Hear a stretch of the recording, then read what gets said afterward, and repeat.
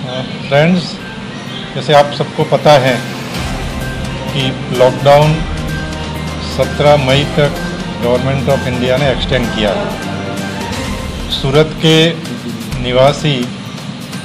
Last 1.5 महीने से जो पुलिस और वहीवटी तंत्र का सहयोग कर रहे हैं, उससे भी ज़्यादा सहयोग की हम अपेक्षा रखते हैं और उनसे विनती है कि 17 मई तक अभी तक आपने जो हमको सहयोग दिया है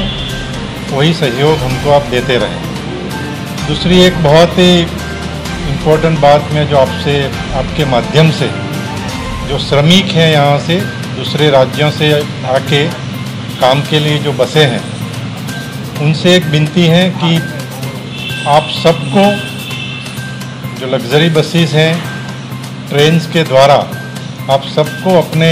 वतन पहुंचाने की व्यवस्था भारत सरकार और गुजरात सरकार कर रही है। आपको थोड़ा धैर्य रखना पड़ेगा और जब तक आखिरी श्रमिक यहाँ से जो जिसको जाना है वो नहीं जाएगा तब तक ये व्यवस्था चालू रहेगी। ये बीच में कहीं ये व्यवस्था बंद होने वाली नहीं है, लेकिन सूरत में क्योंकि नंबर संख्या ज़्यादा है, इसीलिए मैं सभी श्रमिक, उनके जो कम्युनिटी के आगेवान हैं, लीडर्स हैं, उनसे भी मैं अपील करता हूं कि आप अपनी कम्युनिटी में, अपने एरिया में सबको बताएं कि सबका बारी बारी से टर्न आएगा और सबको जाने का मौका मिलेगा। जैसे जैसे ट्रेन चलती हैं हमको सूचना मिलेगी रेलवे बोर्ड से कि इस दिन इस टाइम पे हम ट्रेन चलाएंगे। किसी को रेलवे स्टेशन जाना नहीं है, क्योंकि वहाँ हम किसी को रेलवे स्टेशन अलाउ नहीं करेंगे। जो भी लोकेलिटी अच्छी तरह वहीवटी तंत्र को सहयोग दे रही है, उसमें से हम टिकट्स उनको एडमिनिस्ट्रेशन और उनके जो कम्युनिकेट के लीडर्स हैं उनके द्वारा टिकट बांट के जिनके पास टिकट हैं वही लोगों को हम सूरत म्यूनिसिपल कॉरपोरेशन की बसों में रेलवे स्टेशन भेजेंगे और उसी फिर रेलवे स्टेशन से उनको जहां जाना है उसी उनका डिस्ट्रिक्ट जो हेडक्वार्टर होगा वहां तक रेलवे उनको ले जाएगी। लग्जरी बसेस में भी कोई ज़्यादा किराया नहीं ले, इसके लिए हम आरटीओ से भी संपर्क में हैं कि वो लोग भी, आरटीओ ऑफिसर्स भी चेक करेंगे कि जो तय किराया होता है उससे ज़्यादा किराया वो लोग नहीं लें। हमने कल डीजीपी सर से रिक्वेस्ट किया था, तो कल डीजीपी सर ने सभी जिला पुलिस अधीक्षक को, एसपीस को आदेश दिया है कि उनके ज़िले में अगर कहीं कोई लग्जरी बस मीन्स कि बिना ऐसे ही पड़ी है पार्किंग में, तो उनके ओनर्स और उनके ड्राइवर्स को बोल के उनको सूरत भेजा जाए, क्योंकि सबसे ज़्यादा श्रमिकों की संख्या सूरत सिटी में है और उनको अपने वतन भेजना एक बहुत बड़ा मीन्स की कार्य है और थोड़ा मुश्किल भी है। तो ज़्यादा से ज़्यादा जैसे कि हम दूसरे डिस्ट्रिक्ट के लोग भी सहयोग करेंगे तो ज़्यादा से ज़्यादा लग्जरी बसेस सूरत में उपलब्ध करा के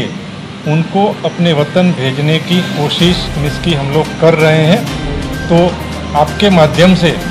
मैं पूरे गुजरात में जहाँ भी लग्जरी हैं उनके मालिक, उनके एसोसिएशन वालों से विनती करता हूँ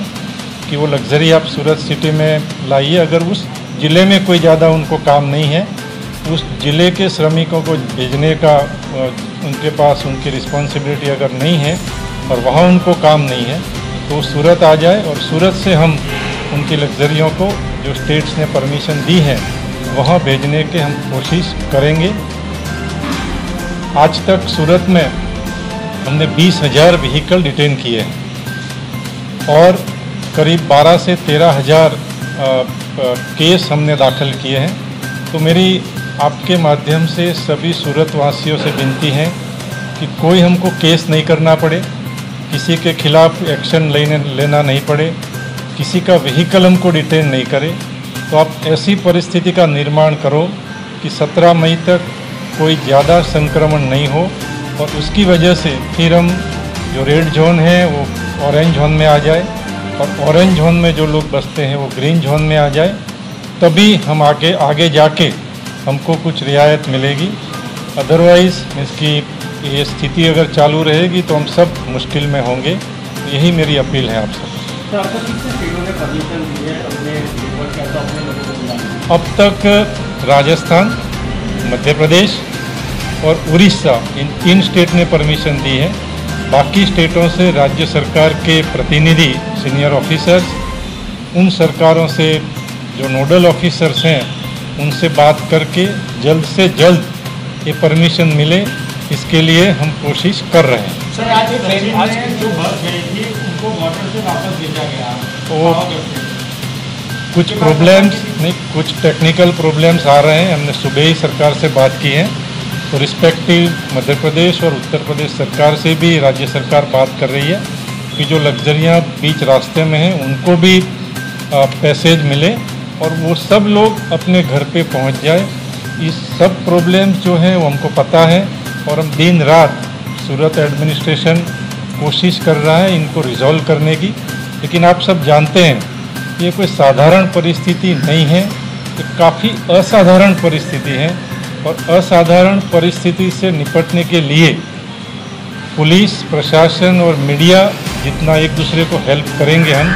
इतना ही जल्दी से हम इस महामारी में से निकल पाएंगे।